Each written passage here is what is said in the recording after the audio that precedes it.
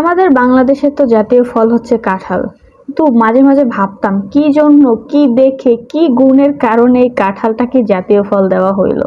কি দোষ করছিল লিচু, কি দোষ করছিল আনার, ওদের একটু জাতীয় ফল দিলে এমন কি ক্ষতি হইতো, সবসময় শুধু ভাবতাম। এমন এমন সময় গেছে যে কাঁঠাল ধইরা দেখলেও ভাই খাইয়া দেখি নাই।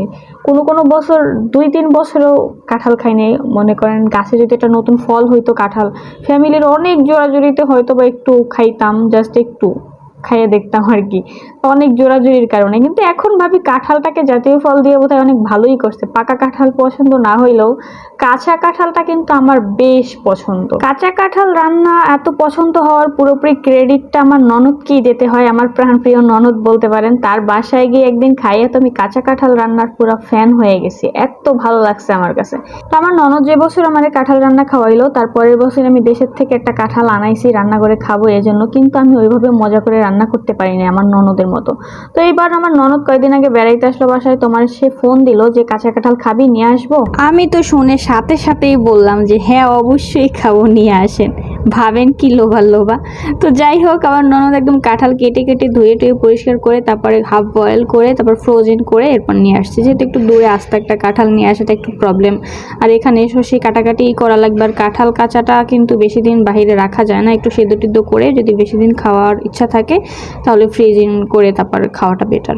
তো যাই হোক, এরপর সে নিয়ে আসার পর তো সে যখন ছিল তখন আর রান্না করা হয় না, তবে যাওয়ার সময় আমাকে বলে গেছে যে কিভাবে কিভাবে করে রান্না করব।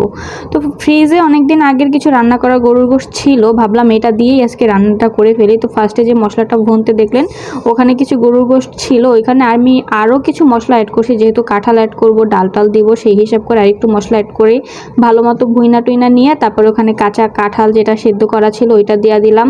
এরপরে দিয়ে দিছি কিছু মসুরি ডাল, যেটা আগে থেকে একদম ধুয়ে টুয়ে পরিষ্কার করে নিয়েছি। তারপরে দিয়ে দিছি একদম সিদ্ধ করা ছোলা ডাল।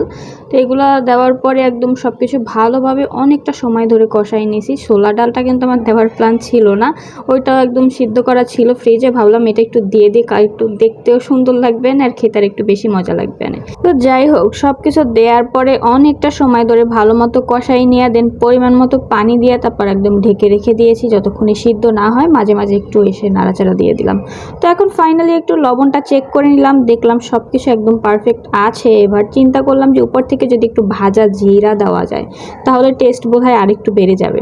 আর এই ভাজা জিরার স্মেলটা আমাদের বোধহয় কম বেশি সবারই ভালো লাগে। তো এই জিরা ভাজা এটার ভিতরে আরও কিছু মশলা অ্যাড করা আছে, সামান্য কিছু দারুচিনি আর এলাচি অ্যাড করা আছে, আর একটু তেজপাতা। আমি যখন জিরাটা ভেজে রাখি তার সাথে এরকম অল্প অল্প কিছু মশলা অ্যাড করে তারপরে এটাকে গুঁড়ো করে নিই, তাহলে দেখা যায় একটু স্মেলটা ভালো পাওয়া যায়। তো যাই হোক, ভিডিও কেমন লাগলো অবশ্যই কমেন্ট করে জানাবেন। আল্লাহ হাফেজ।